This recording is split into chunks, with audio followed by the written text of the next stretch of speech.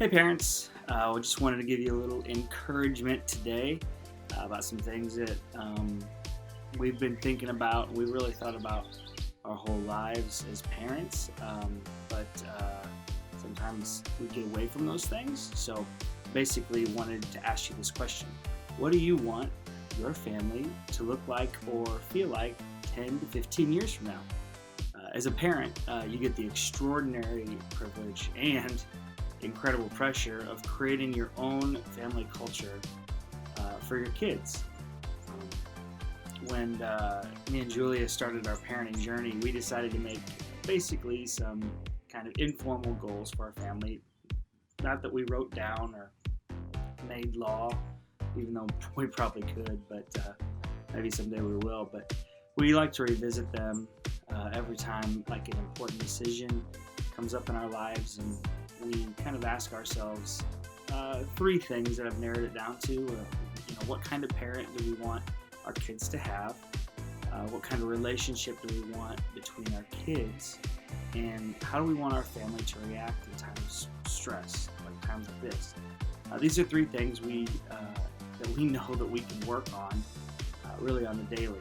Three things that even in the midst of the craziness of everyday life, we can still learn and teach our kids about and a way to be.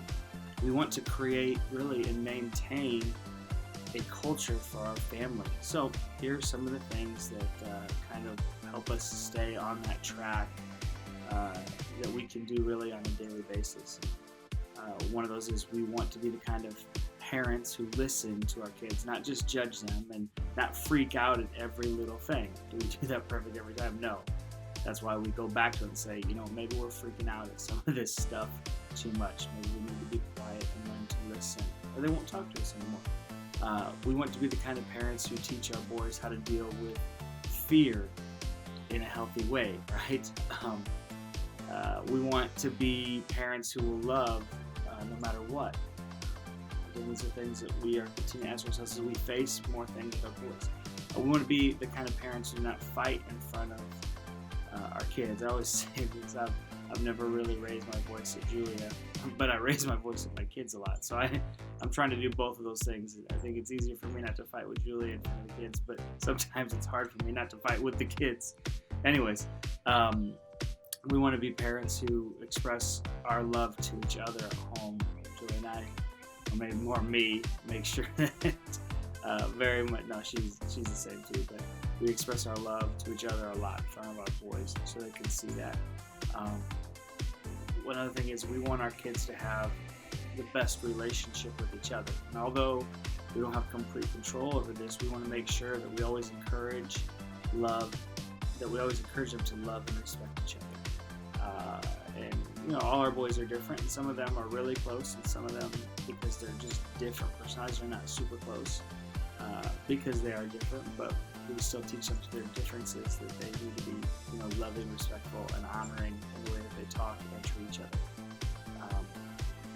And lastly, one of the things that we do is we try to help our kids to trust God no matter how hopeless a situation may seem.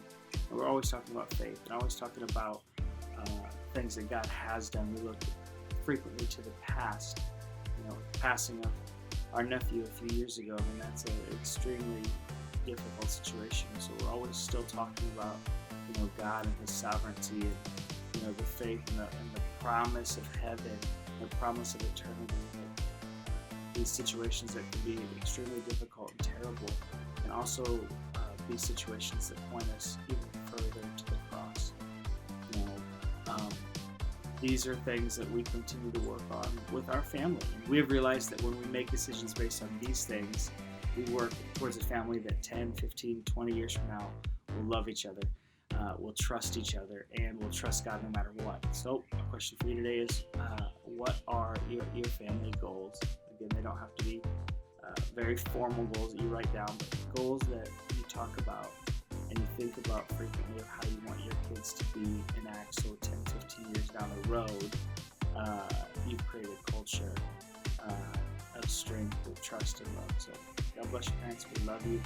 Can't wait to see you again.